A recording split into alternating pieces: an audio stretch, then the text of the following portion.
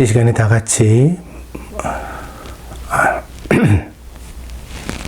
아유, 갑자기 목소리를 내려니까.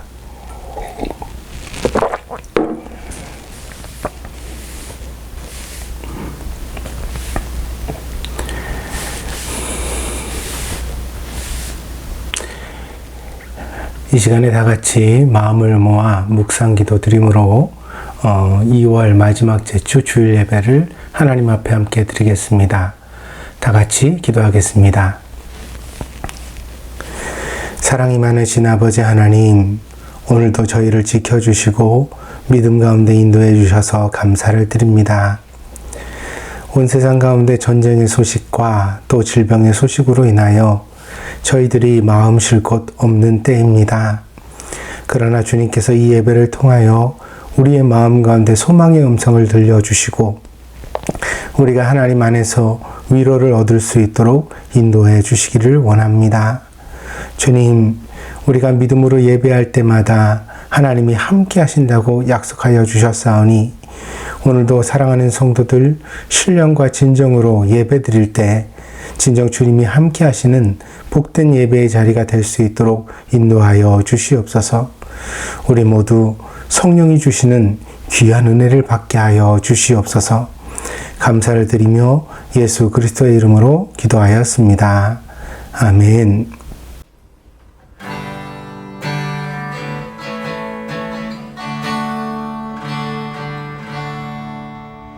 고단한 인생길 힘겨운 오늘도 예수 내 마음 아시네. 지나간 아픔도 마주할 세상도 예수 내 마음 아시네. 고단한 인생길 고단한 인생길 힘겨운 오늘도 예수 내 마음 아시네. 지나간 아픔도 마주할 생각도 예수 내 마음 아시네. 믿음의 눈 들어 주를 보리. 이 또한 지나가리라. 주어진 내 삶의 시간 속에 주의 뜻 알게 하소서.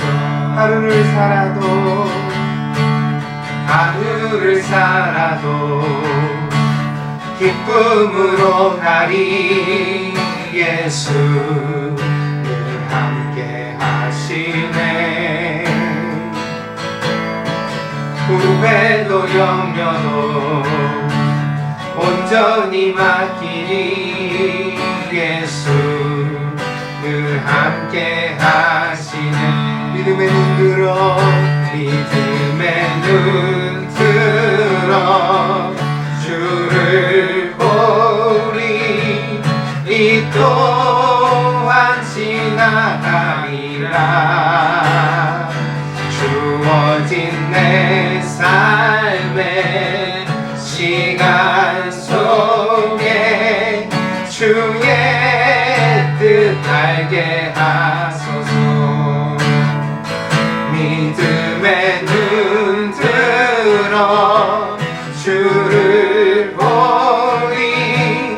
이 또한 지나가리라.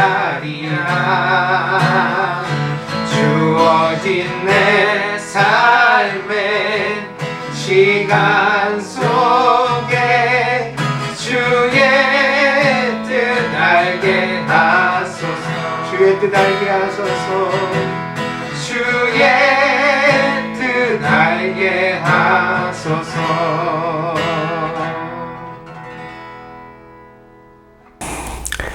'이 시간에 우리에게 주시는 하나님의 말씀은 여호수아 1장 1절에서 9절입니다. 봉독하겠습니다. 여호와의 종 모세가 죽은 후에 여호와께서 모세의 수종자 눈의 아들 여호수아에게 말씀하여 이르시되 내 종 모세가 죽었으니 이제 너는 이 모든 백성과 더불어 일어나 이 요단을 건너 내가 그들 곧 이스라엘 자손에게 주는 그 땅으로 가라.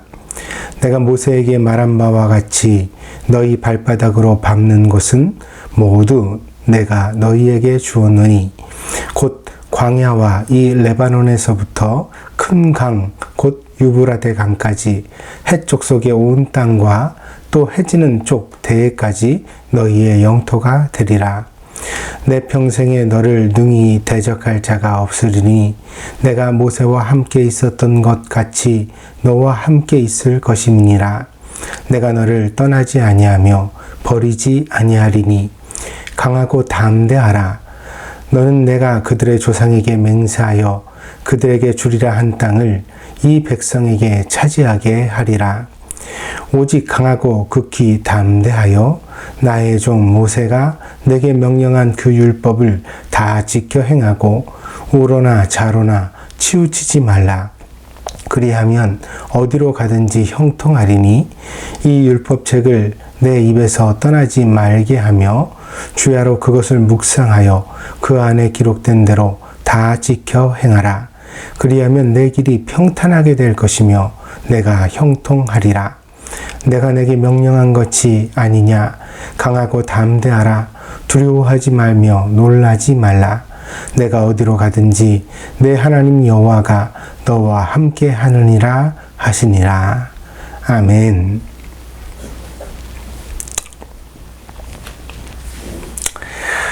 이 시간에는 먼저 우리 어린이들 설교를 하도록 하겠습니다. 세상에는 온갖 두렵고 무서운 일들이 참 많습니다. 지난주에는 우크라이나라는 나라에서 전쟁이 일어났다고 합니다. 러시아 군대가 갑자기 쳐들어와서 사람들이 집을 버리고 옆에 있는 폴란드라는 나라로 피난을 가는 것을 우리가 지켜보게 되었습니다. 뉴스에 나오는 장면에는 엄마와 아빠의 손을 잡고 등에는 인형을 업은 어린아이가 쫑쫑 아장아장 걸어서 그렇게 함께 피난을 하는 모습을 볼 수가 있었습니다. 전쟁은 참 나쁜 것입니다. 많은 사람들이 다치고 죽기 때문입니다. 또한 집과 학교가 파괴되고 교회도 불타기도 합니다.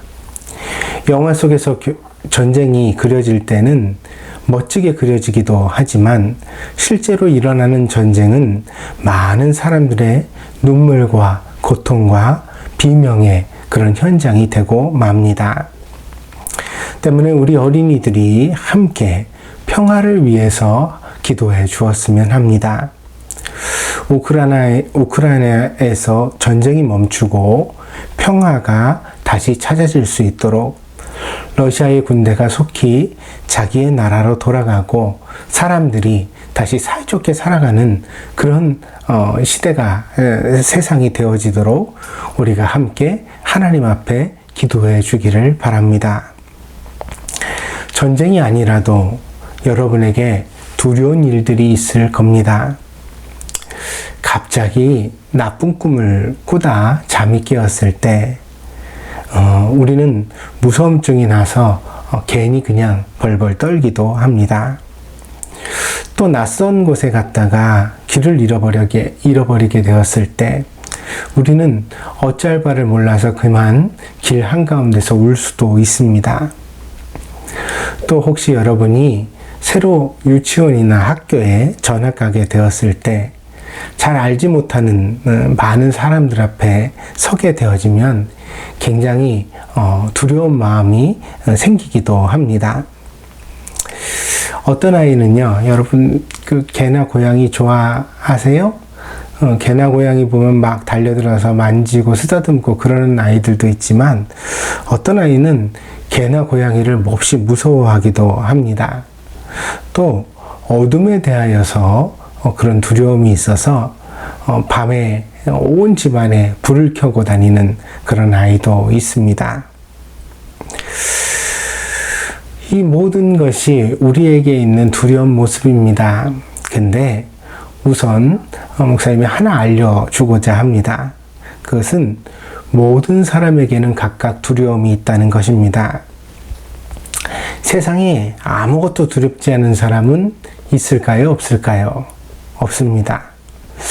두려움은 우리 마음의 약점이기 때문에 모든 사람의 마음에는 다 약점이 있다고 말할 수 있습니다.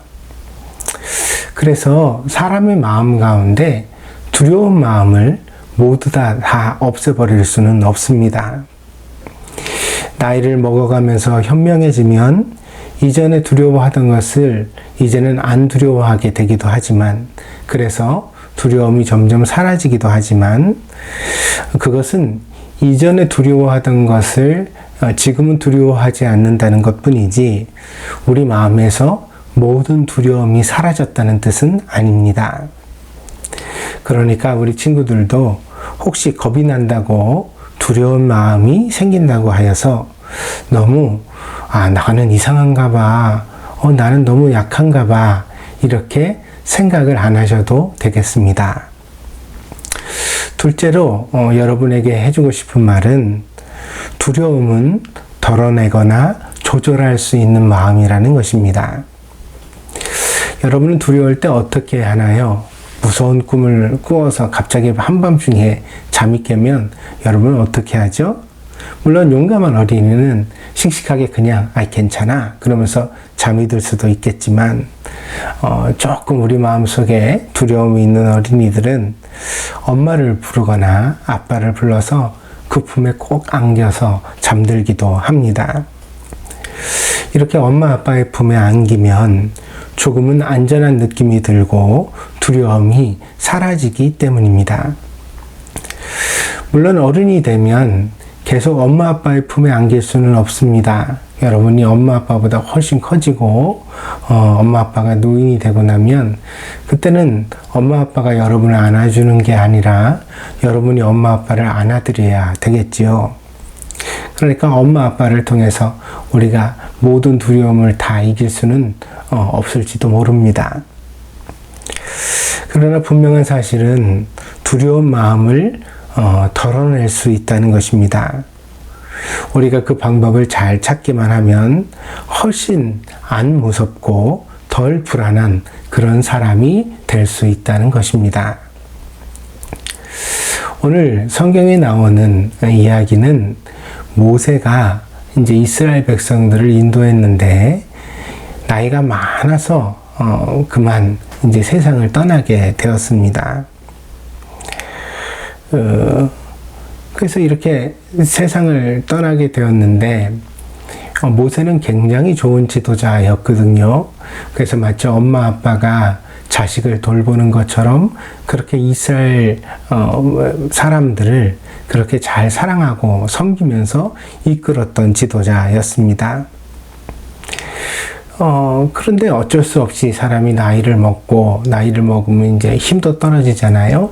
그리고 또 이제 나이를 많이 먹어서 하나님 나라에 갈 때가 됐으니까 모세가 세상을 떠나면서 자기 다음으로 그 역할을 할 사람을 지명하게 됩니다.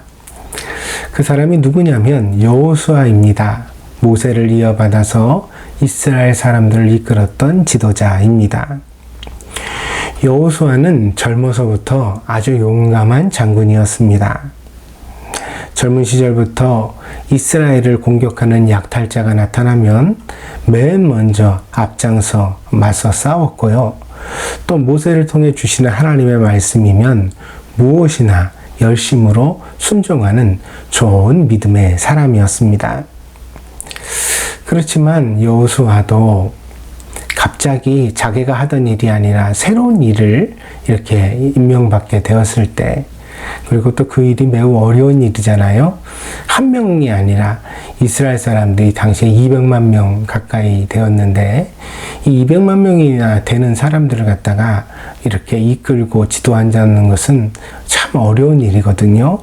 그러니까 이 일을 임명받게 되었을 때 여호수아도 겁이 났습니다. 사랑하고 의지했던 모세가 계속 곁에 있으면 좋았을 텐데 모세는 죽게 되었고, 그리고 또한 자신이 모세처럼 이끌어야 될 이스라엘 백성들이 이제 잘 이끌어갈 자신이 별로 없었기 때문입니다. 그래서 여호수아가 속으로 떨고 있을 때에 하나님께서 그것을 아시고 여호수아에게 이렇게 말씀하십니다. 여호수아야, 마음을 강하게 하고 용감하게 해라. 내가 너와 함께 할 것이기 때문이다. 나는 절대로 너를 떠나지 않고 항상 너의 손을 잡아줄 것이다. 그러니 아무것도 두려워하지 말고 놀라지 말아라. 여호수아는 이 하나님의 음성을 듣고 비로소 용기를 내어 이스라엘 백성들을 잘 인도하는 좋은 지도자가 될 수 있었습니다. 어때요?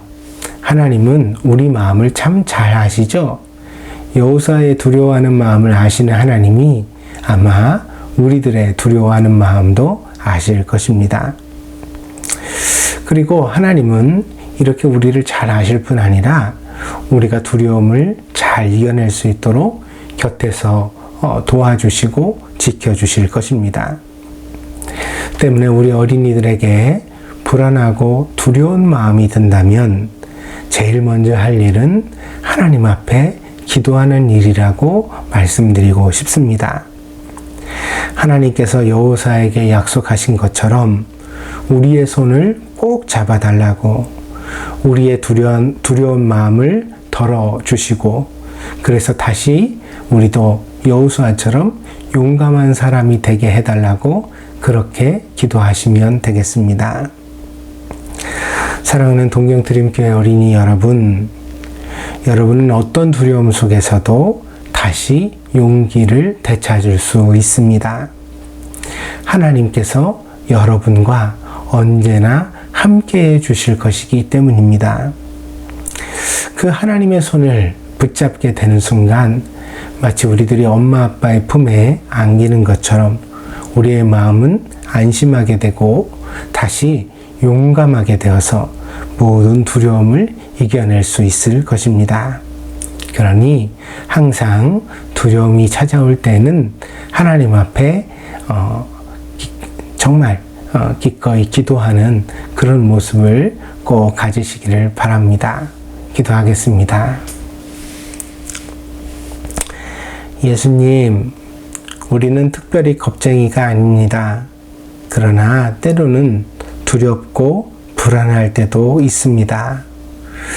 우리가 잘 해낼 수 있을까?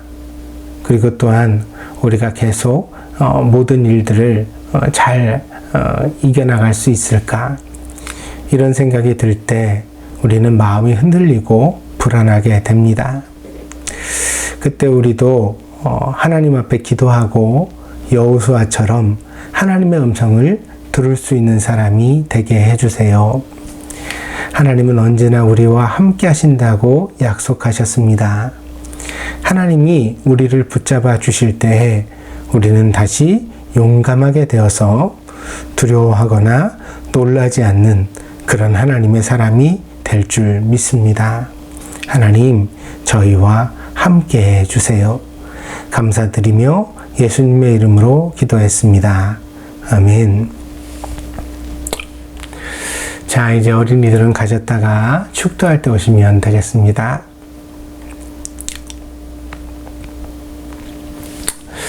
이어서 장년부를 위한 말씀 계속하겠습니다. 삶의 다양한 정황 속에서 우리가 두려움을 느끼는 것은 어쩌면 당연한 일입니다. 특별히 확신을 가질 수 없는 상황에 놓일 때 우리는 더욱 크게 흔들리고 불안하게 됩니다. 그 불안을 다루는 것에 대하여 오늘 하나님의 말씀을 함께 나누고자 합니다. 여러 가지로 상황들이 좋지 않잖아요. 이제 코로나가 온 세상에 번져서 불안한 감도 있고 또 전쟁의 소식도 있고 또 여러 가지로 스트레스를 받는 그런 상황들이 있습니다. 젊은이는 젊은이대로, 나이 든 사람은 나이 든 사람대로 그렇게 불안과 두려움을 느끼는 요즘입니다.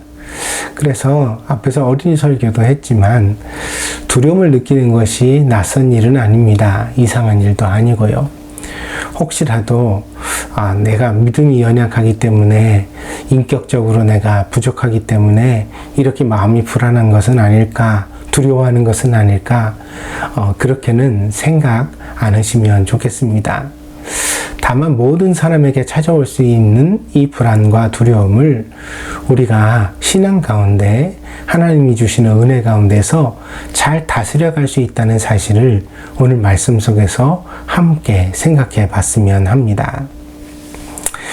예전에 의사와 건축가와 정치인이 서로 자기 직업이 더 오래되었다고 그렇게 주장을 하게 되었답니다. 먼저 의사가 이렇게 말을 합니다. 하나님이 아담을 깊이 잠들게 하시고 그 갈비뼈로 하와를 만드셨다는 이야기 들어보지 못했나? 깊이 잠들었다는 건 마취하셨다는 것 아니야. 그리고 또 갈비뼈를 꺼내셨으니까 이거 외과적 수술이지. 그러니까 이 세상에서 가장 오래된 직업은 바로 의사가 아니겠는가? 그러자 이 이야기를 듣고 건축가가 이렇게 말을 합니다. 허허, 무슨 소리. 사람을 만드시기 전에 온 세상에는 혼돈과 흑암만 가득했다는 것 알지? 그런데 그렇게 무질서한 세상 가운데서 질서 있는 세상을 하나님이 척척 만들어 가셨잖아. 이걸 건축이라고 부른다네. 그러니까 우리 건축가야말로 가장 오래된 직업이지. 이 모든 이야기를 곁에서 흥미진진하게 듣고 있었던 정치인이 무릎을 치면서 이렇게 말했습니다. 건축가, 그런 말이야, 자네. 도대체 하나님이 모든 질서 있는 것들을 만드시기 전에 그 전에 있는 그 혼돈은 누가 만들었다고 생각하는가? 이 웃어야 되는 타이밍인데 여러분이 웃으실 수 있는지 모르겠습니다. 그러니까 정치라는 것이 세상에 혼돈을 만드는 직업이라고 이렇게 말하고 있는 장면이지요. 정치의 본래 의미는 권력으로 다스리는 일입니다. 이 권력으로 세상을 다스린다는 것은 세상을 더 좋아지게 하는 것이 그 목적입니다. 그런데 역사 속에서 그 목적에 부합하는 정치를 우리가 찾아보는 것이 쉽지 않습니다. 그래서 우리가 한국의 대표적인 그런 훌륭한 임금으로 세종대왕을 이야기하잖아요. 그래서 그 시절을 막 우리가 굉장히 나라가 부강해지고 또 백성들이 평안하게 살았던 시절이다 이렇게 기념을 하는데, 우리가 그렇게 세종대왕의 시절을 기념한다는 사실은 역설적으로 다른 왕들의 시절에는 그렇게 나라가 부강해지거나 사람들이 평안하지 않았다는 것을 내포하고 있는 의미죠. 사실 정치가 사람들에게 좋은 결과를 안겨준 적이 그렇게 많지 않습니다. 오히려 제가 앞에서 말씀드린 이 유머러스한 이야기처럼 정치가 혼돈과 흑암을 세상 가운데 주고, 그래서 더 많은 슬픔과 불안의 이유가 되었던 시절들이 적지 않은 것 같습니다. 오는 3월 9일에는 대한민국의 20대 대통령이 선출되게 됩니다. 선거의 막바지에서 온갖 흑색 선전과 가짜뉴스가 범람하고 매우 사람들을 시끄럽게 하는 상황들이 계속 나타나고 있습니다. 그러나 선거는 그 혼돈을 끝내는 그런 수단이 될 수도 있고요. 어쩌면 앞으로 5년 동안 계속 이어나갈 혼돈을 만들어내는 그런 장이 될 수도 있습니다. 그렇기 때문에 우리가 모두 다 바람직한 선거를 위하여 함께 참여하고 또한 기도했으면 합니다. 그래서 우리가 남의 정치적 신념에 대하여서 간섭할 것은 아니지만 좋은 선거를 할 수 있도록 서로 격려하는 일, 그리고 무엇보다 그리스도인으로서 우리가 하나님 앞에 정의를 갈망하는 기도를 드리는 일이 필요한 요즘이라고 생각을 합니다. 그렇습니다. 우리가 함께 그렇게 해서 꼭 좋은 대통령이 세워졌으면 좋겠습니다. 이 리더십의 전환기에는 예나 지금이나 불안이 존재했습니다. 모세가 세상을 떠나고 여호수아가 새로운 지도자로 세워질 때도 역시 그러했습니다. 40여 년의 광야 생활 동안에 출애굽의 1세대는 거의 모두 다 세상을 떠나게 되었고, 그렇지만 여전히 이스라엘 민족은 아직 가나안 땅에 한 발자국도 들어서지 못하고 있었습니다. 이 이스라엘 민족의 나라는 이 세상 어디에도 아직 존재하지 않았습니다. 짐승도 간신히 살아간다는 척박한 광야를 계속해서 뺑뺑이 돌면서 그들은 하나님께서 인도하시는 때를 기다려야만 했습니다. 이 당시 가나안 땅은 빈 땅이 아니었거든요. 이 가나안 땅에는 대표적으로 5개의 부족이 살아갔다고 우리가 성경에서 읽을 수 있습니다. 오늘 본문에 나오는 헷 족속이 있죠. 그리고 또 실제로 가나안 족속이 있고, 그리고 아모리 족속, 히위 족속, 여부스 족속, 이렇게 5부족이 대표적으로 이 가나안 땅을 차지하며 살아가고 있었습니다. 그런데 이제 정탐을 하고 온 이후에 그 땅을 이제 탐지하고 온 사람들이 보고를 할 때 하는 말을 보니까 그들은 장대하고 우리는 메뚜기 떼와 같다, 이렇게 말을 했잖아요. 그러니까 이 원주민들이 체격이 훨씬 좋았던 것 같습니다. 그리고 또 여리고성 보면 겹성이라고 그러고 아주 튼튼한 성이죠. 당시에는 사람의 힘으로는 무너뜨릴 수 없는 그런 요새였습니다. 그러니까 이렇게 튼튼한 요새를 곳곳에 세워가지고 자기 땅을 지키는 그런 사람들이었고요. 또한 무기도 좋았습니다. 그래서 철병거 이런 이야기 나오거든요. 이 철병거라는 것이 당시로는 탱크 같은 겁니다. 이번에도 러시아가 이제 우크라이나를 쳐들어갈 때 막 탱크와 장갑차들이 줄을 서는 것을 우리가 보게 됐는데, 당시에도 이 철병거가 군사력의 상징이었던 것 같습니다. 그런데 이 가나안 족속에는 이런 것이 있었거든요. 그러나 이스라엘 사람들에게는 변변한 무기도 군대도 없는 실정이었습니다. 그래서 이스라엘 민족이 이 가나안 족속을 모두 다 몰아내고 그 땅을 차지한다는 것은 그 자체가 불가능해 보이는 그런 사명이었습니다. 그러니까 우리가 그 이스라엘 사람들이 정탐을 하고 와서는 모세에게 야, 이제 우리는 진짜 어쩔 수 없습니다, 막 이렇게 말할 때 너무 일방적으로 믿음 없는 이 녀석들 이렇게 하면서 비난할 수만은 없습니다. 왜냐하면 오늘 우리도 보이는 현실 속에서 보이지 않는 믿음을 잃어버릴 때가 대단히 많거든요. 여러분, 실제적으로 여러분 주머니에 돈 떨어지면 힘 없어요? 아니면 힘 있어요? 뭐 긍정적이고 씩씩한 분들은 돈이 있으나 없으나 여전히 씩씩하게 살아갈 수 있겠습니다만, 대부분의 사람은 주머니에서 인심난다고 자기 주머니에 든 게 없으면은 사람이 의기소침해지거든요. 그러니까 우리가 그만큼 보이는 것에 어떤 지배를 많이 받는 겁니다. 그러니까 당시에 이스라엘 사람들도 이 가나안 족속의 거대한 요새와 그들의 어떤 체격과 그들이 가진 좋은 무기들을 보게 되었을 때 두려워 떨었던 거죠. 무서웠던 거죠. 그래서 그만 자기도 모르게 불신앙의 말을 내뱉게 되었던 것입니다. 그래서 우리가 환경이 그렇다고 해서 함부로 불평한 것은 아니다. 그러나 우리에게 그런 약점이 있다는 사실만큼은 늘 명심하면서 살아가야 되겠습니다.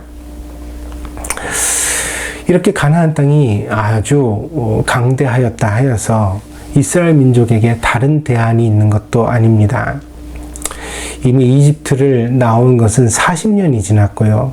그래서 이 광야에서는 중간중간에 우리가 괜히 이집트에서 나왔다, 이집트로 돌아가자, 이렇게 주장했던 사람들도 있었습니다. 그러니까 하나님의 뜻에 반하는 그런 언행이죠. 결국 어떻게 됐습니까? 40년의 세월을 광야에서 헤매는 동안 1세대가 거의 다 죽어갔거든요. 그래서 이제 돌아가자는 사람들도 없어졌어요. 왜냐하면, 아니, 이집트를 봤어야 이집트로 돌아가자고 하죠. 이집트를 본 사람들은 이제 다 광야에서 사라졌는데, 그러니 이제 이스라엘 사람들에게 남은 그런 과제는 하나밖에 없죠. 그게 뭐냐면, 가나안 땅에 들어가는 겁니다. 어떻게 되었든지. 근데 이제 자세히 그것을 살펴보면 살펴볼수록 자신이 없다는 이야기입니다. 이 불가능해 보이는 가나안 땅을 차지하거나 혹은 이대로 척박한 광야에서 계속해서 뺑뺑이를 돌며 유목민으로 살아가는 것, 그것이 이스라엘 민족이 선택할 수 있는 두 가지 선택지였던 것입니다. 갑자기 전쟁에 빠지는 우크라이나 사태를 보면서 우리가 살아가는 세상이 우리의 생각보다 안전하지 않다는 것을 다시 확인하게 됩니다. 우리도 이미 지난 2011년도에 대지진과 쓰나미를 겪었습니다. 어저께까지 아무 일 없이 행복하게 살던 사람들이 갑자기 모든 것을 버려두고 떠나야 되는가, 목숨을 부지해야 되겠다, 이런 생각을 정말 했었으니까요.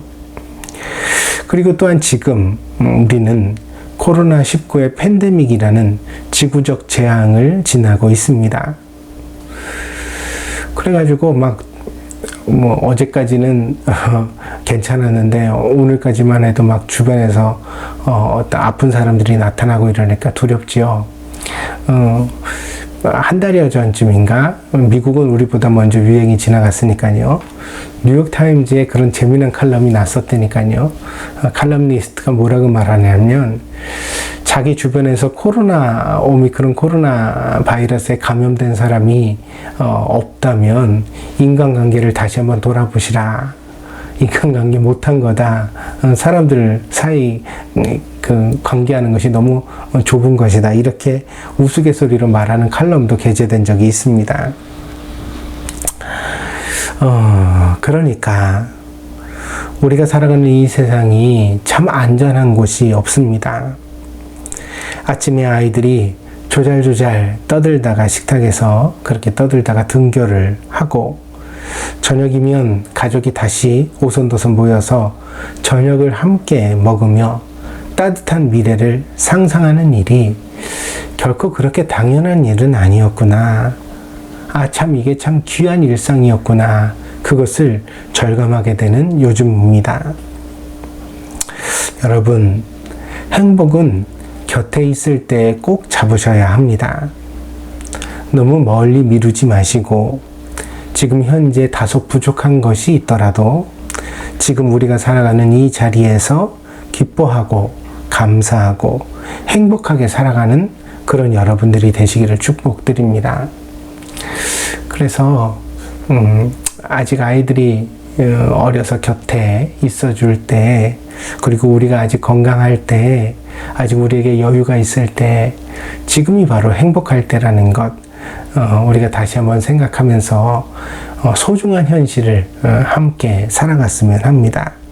그것이 지혜이고 또한 하나님의 은총을 우리가 깨닫는 일이 아닐까 생각해 봅니다. 여호수아는 모세를 떠나보낸 이후에 바로 이렇게 이스라엘 백성들을 이끌고 가나안 땅을 차지해야 하는 그 사명이 한없이 부담스러웠을 것입니다. 모세는 위대했고 그와 비교될 여호수아는 영 자신이 없어 보였습니다.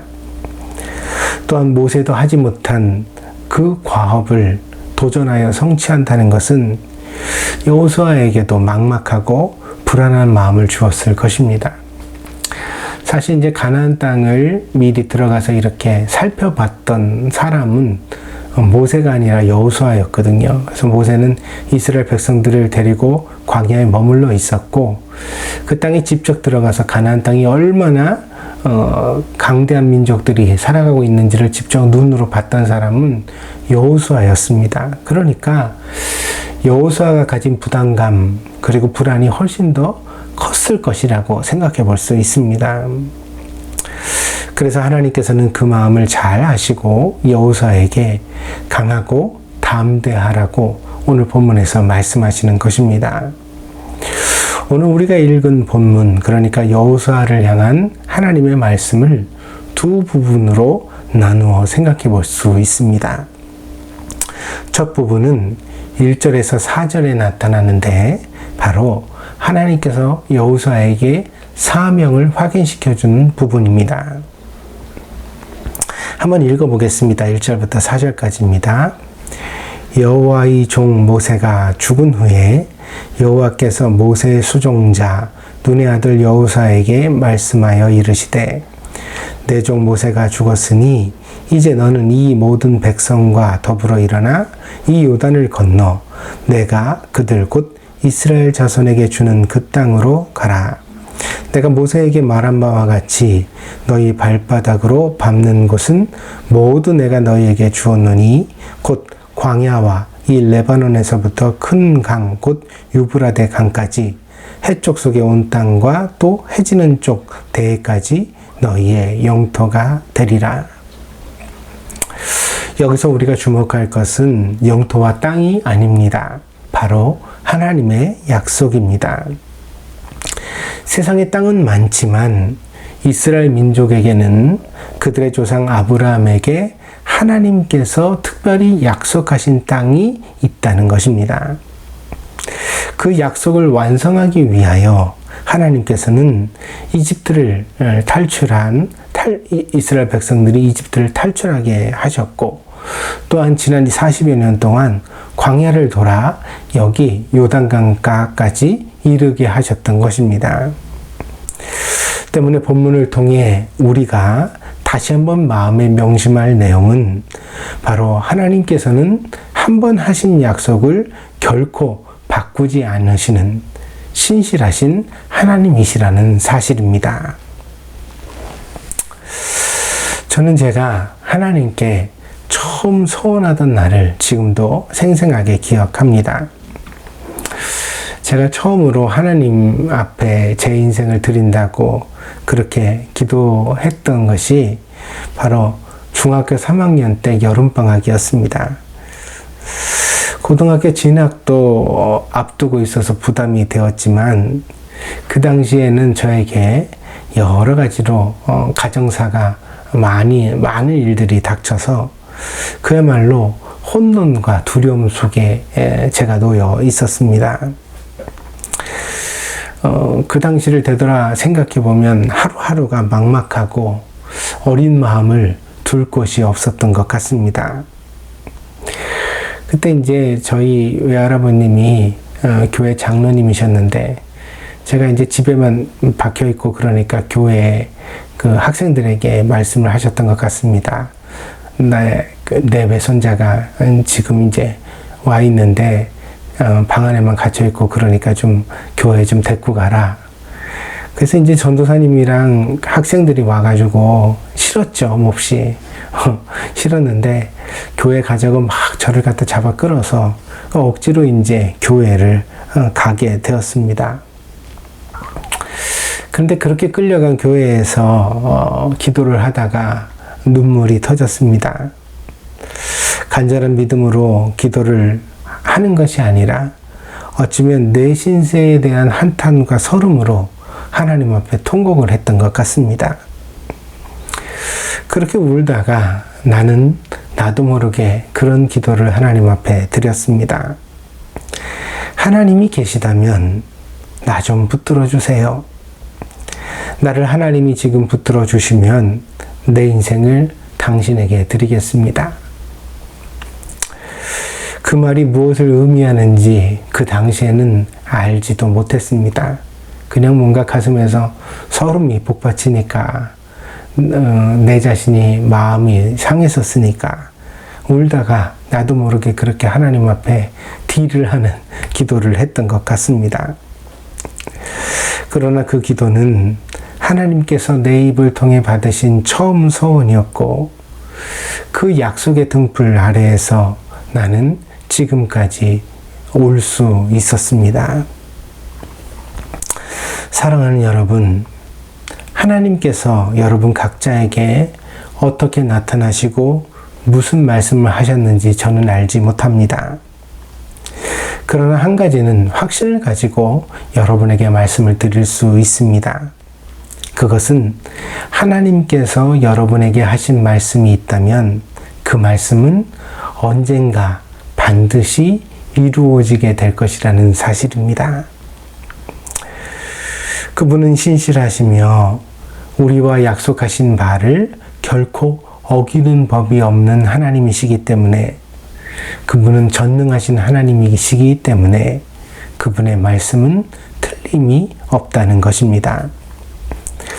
그러므로 그분의 약속을 우리가 믿음으로 붙잡을 수만 있다면 우리는 인생의 어떤 역경과 시련 속에서도 굳건하고 용감하게 앞으로 나아갈 수 있을 것입니다. 두 번째로 본문의 두 번째 부분은 5절에서 9절의 부분입니다. 이 부분은 하나님의 은혜를 받은 사람의 마음에 대하여서 우리에게 설명해 주고 있습니다. 5절부터 9절까지도 제가 한번 읽어보겠습니다. 내 평생에 너를 능히 대적할 자가 없으리니 내가 모세와 함께 있었던 것 같이 너와 함께 있을 것임이니라. 내가 너를 떠나지 아니하며 버리지 아니하리니 강하고 담대하라. 너는 내가 그들의 조상에게 맹세하여 그들에게 주리라 한 땅을 이 백성에게 차지하게 하리라. 오직 강하고 극히 담대하여 나의 종 모세가 내게 명령한 그 율법을 다 지켜 행하고 우로나 좌로나 치우치지 말라. 그리하면 어디로 가든지 형통하리니 이 율법책을 내 입에서 떠나지 말게 하며 주야로 그것을 묵상하여 그 안에 기록된 대로 다 지켜 행하라. 그리하면 내 길이 평탄하게 될 것이며 내가 형통하리라. 내가 내게 명령한 것이 아니냐. 강하고 담대하라. 두려워하지 말며 놀라지 말라. 내가 어디로 가든지 내 하나님 여호와가 너와 함께 하느니라 하시니라. 읽기만 해도 참 위로와 격려가 되지 않습니까? 평소에도 참 좋아하는 말씀입니다. 하나님께서 여호수아의 부담감과 또한 불안을 잘 이해하시고 그 마음의 상태를 은혜로 어루만져 주시는, 그래서 그 마음을 다시 한번 북돋아 주시는 그런 장면을 우리는 이 본문을 읽으며 느낄 수 있습니다. 하나님께서는 본문에서 여호수아에게 두 가지를 약속하셨습니다. 그것이 이제 어디냐면 8절에 나타나는 평탄과 형통입니다. 그래서 하나님의 말씀을 잘 지키면 그러면 평탄하게 될 것이다. 형통하리라. 이렇게 말씀하십니다. 평탄은 굴곡이 없는 상태를 말합니다. 이 단어를 마음에 대하여 사용할 때에는 고요함 혹은 평안과 같은 의미가 됩니다. 그래서 평탄하다는 것은 평탄한 마음을 갖는다는 것은 어떻게 되어지냐면 우리가 고요하고 평화로운 마음을 가진다는 뜻입니다. 그러니까 이제 여호수아가 이제 본문에서 모세가 떠난 다음에 혼자 남았다는 고독감을 느꼈을 것이고 또 이 가나안 땅을 정복해야 하는데 과연 할 수 있을까 이런 어떤 부담감을 느꼈을 것이고 또 불안도 있었겠죠. 또 보이는 현실로 인하여 두려움도 가졌을 것인데 이 모든 것으로부터 벗어나는 것입니다. 그리고 또 형통이라는 말이 나옵니다. 이 말은 거침이 없는 마음의 상태를 뜻하는데 이것을 오늘 우리가 사용하는 말로 바꾸면 행복이라고 번역할 수 있을 것입니다. 사람의 행복은 참 이상한 것입니다. 왜냐하면 매우 이상적인 조건을 모두 다 갖추고도 불행한 사람이 있고, 아주 척박하고 거친 환경 속에서 살아가면서도 오히려 행복한 사람이 있기 때문입니다. 그래서 이것이 이제 드라마와 영화와 우리가 가진 문학의 어떤 그 테마가 되어지잖아요. 그래서 모든 것을 다 가졌는데도 불행한 사람이 세상에 있어요, 실제로. 그리고 우리가 보기에 하나도 가지지 못한 것 같은데 또한 행복한 사람이 있다는 것입니다. 사람은 누구나 마음의 행복을 원합니다. 그러나 그 마음이 스스로 잘 다스려지지 않기 때문에 늘 불행에 빠지고 행복하지 못한 것입니다. 그래서 이 행복이라는 말은요, 어떻게 우리가 이해할 수 있느냐면, 우리가 우리의 마음을 잘 다잡아가는 상태, 그죠? 우리가 원하지 않을 때 막 불안과 초조함과 어떤 예상치 못한 어떤 그런 감정에 휩싸이게 그렇게 방치하지 않고, 우리가 우리를 잘 이렇게 조정해 갈 수 있는 상태를 말한다고 말할 수도 있겠습니다. 하나님께서는 여호수아에게 하나님의 말씀을 잘 붙잡고 살아가면 반드시 평안과 행복을 얻을 수 있다고 약속하시고 있는 것입니다. 그것은 앞으로 여호수아에게 힘든 일이 전혀 생기지 않을 것이라는 약속은 아닙니다. 오히려 그 어떤 두려움이 와도, 그 어떤 어려움이 생겨도 하나님이 함께 하셔서 능히 이기게 하시고 계속해서 건강한 마음으로 살아갈 수 있도록 붙잡아 주시겠다는 약속인 것입니다.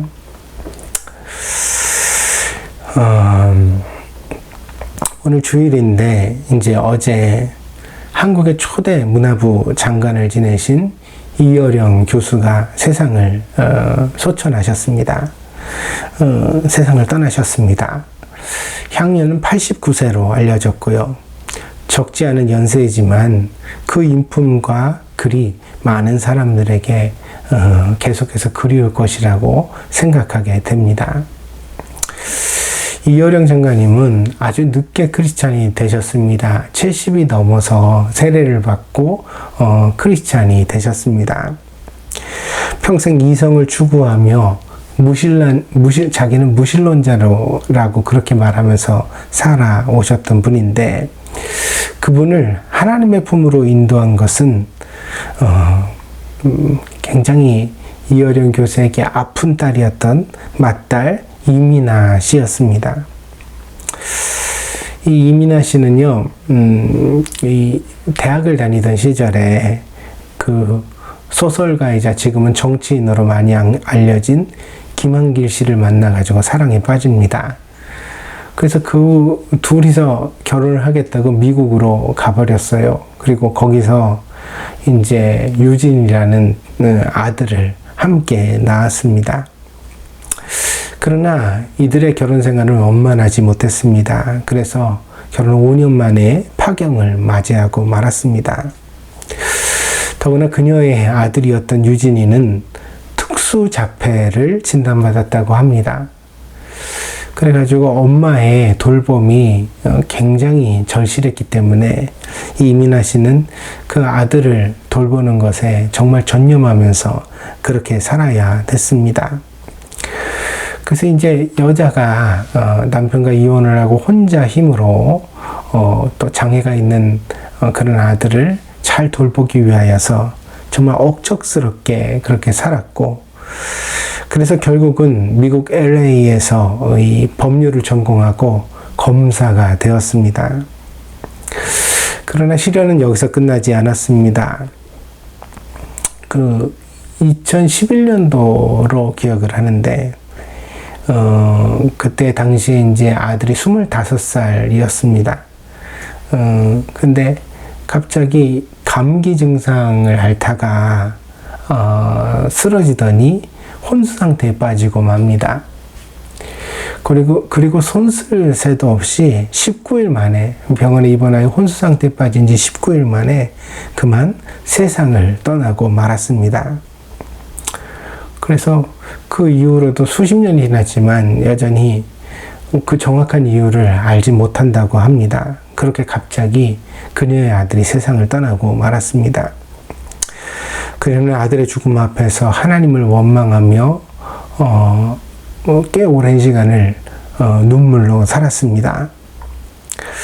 그러다가 이렇게 검사 일을 하는 그녀에게 마약과 술에 찌든 청소년 아이들이 보이기 시작하였고 그들에게서 자기 아들의 모습을 보게 되었다고 합니다. 그래서 안정적인 공무원으로서의 검사의 일을 사직하고 이 아이들을 돕기 위하여 변호사가 됩니다.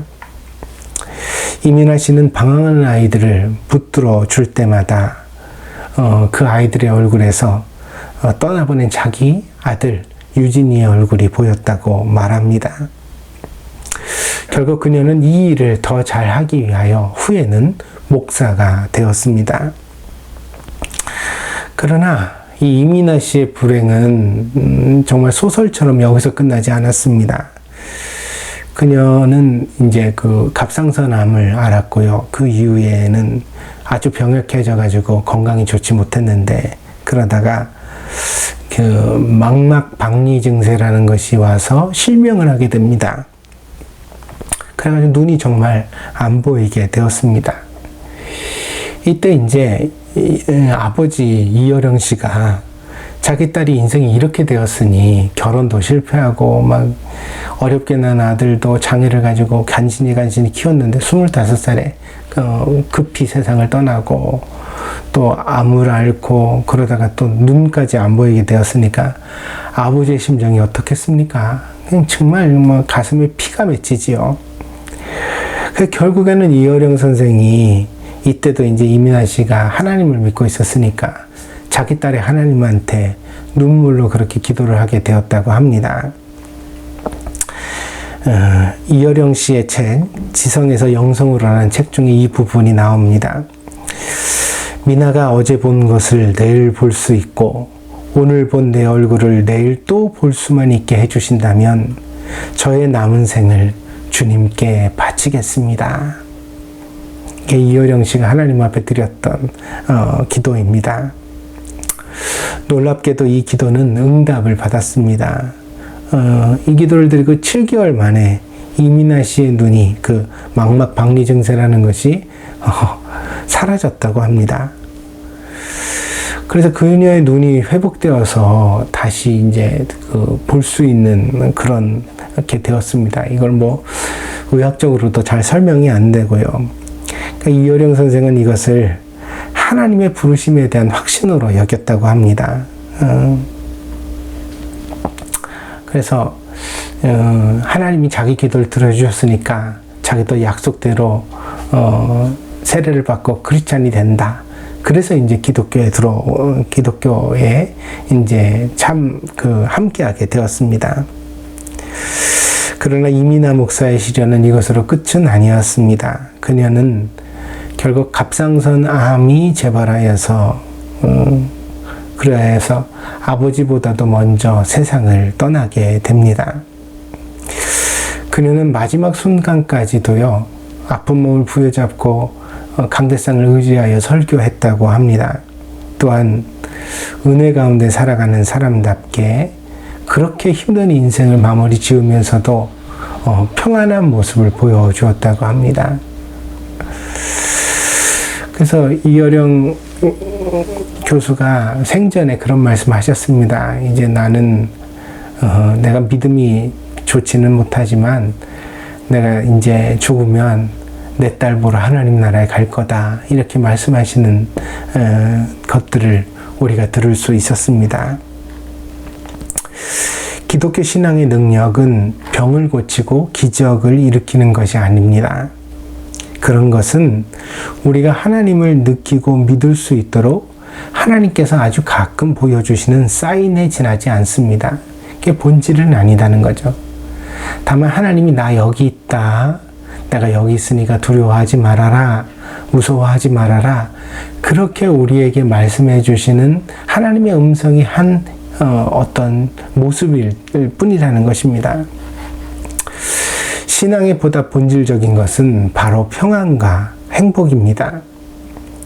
이민아 목사가 삶으로 보여주고 자신의 아버지를 하나님의 품으로 이끌었던 것처럼 인생의 모진 풍파와 시련 속에서도 결코 허물어지지 않는 용기, 담대함, 그리고 내적인 평안과 행복이 바로 우리가 하나님의 자녀로서 가질 수 있는 신앙의 근본적인 힘이라는 것입니다.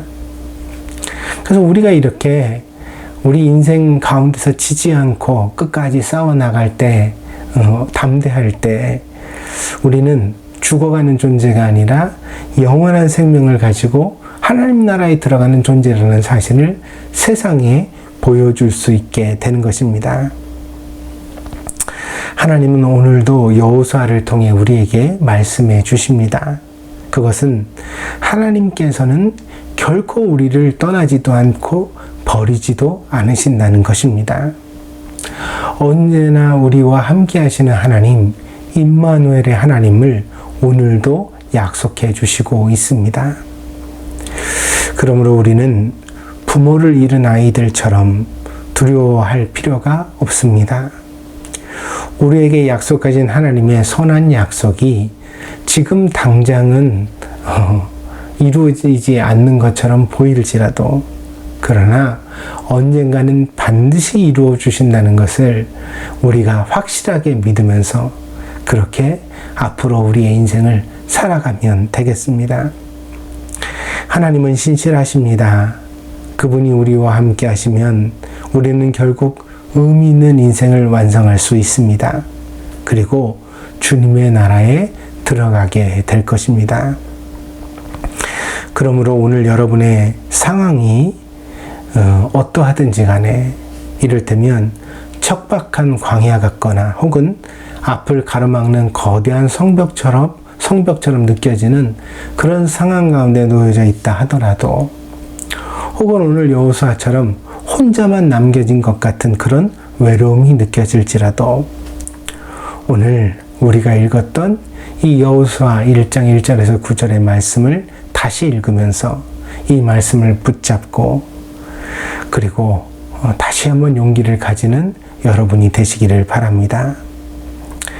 강하고 담대한 마음을 달라고 하나님께 기도합시다.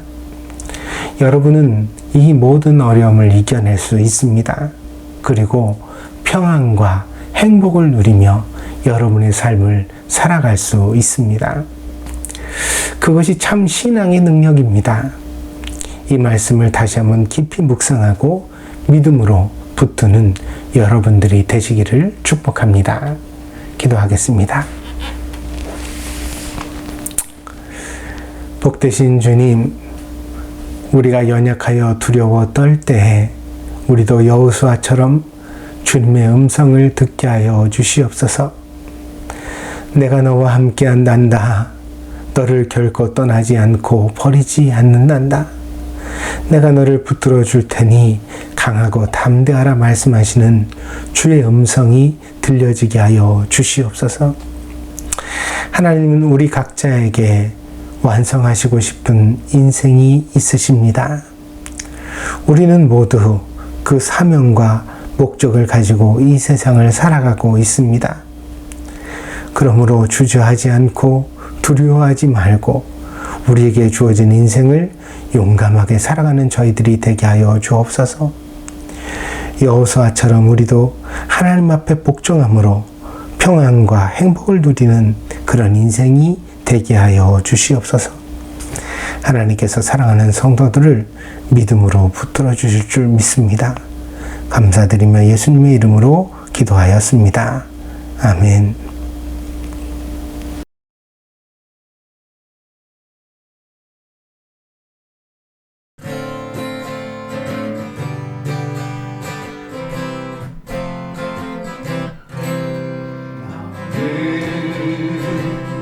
담장 너머로 뻗은 나무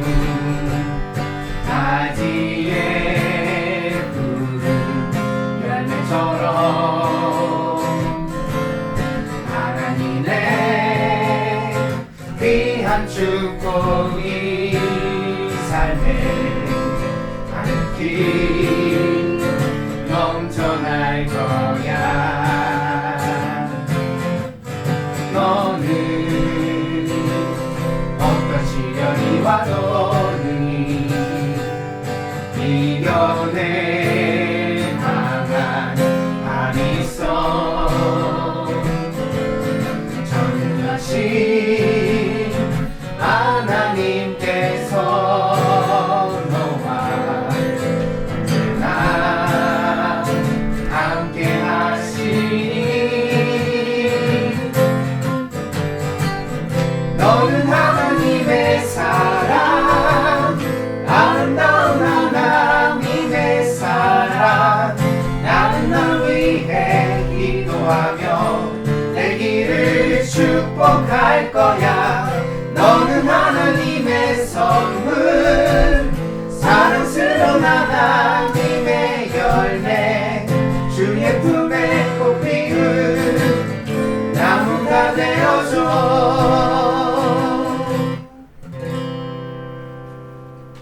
광고 말씀드리겠습니다.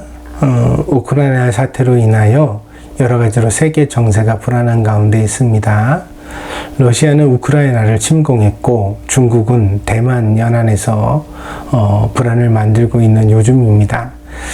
세계가 다시 전쟁의 그런 위험 가운데 빠지는 어리석은 선택을 하지 않도록 우리 성도들이 함께 기도해 주시기를 바랍니다.